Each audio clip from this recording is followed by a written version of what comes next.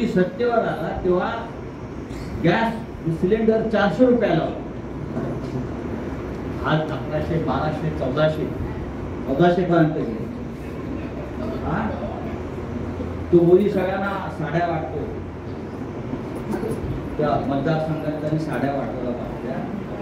ती मच्छरदाणी असते ना, तशातल्या साड्या मच्छरदाणी म्हणजे 500 रुपयाची साडी असते, 100 रुपयाची साडी देतात, 500 रुपये लावतात. कुठे सुद्धा पैसे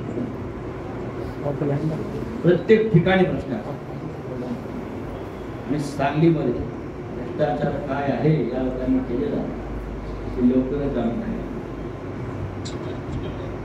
काँग्रेसच्या नेत्यांना, राष्ट्रवादीच्या नेत्यांना मी आवाहन केलेलं आहे की तुमची नोकरी आता बंद करा आणि महाविकास आघाडीच्या त्या परिवर्तन यात्रेमध्ये सामील आहे.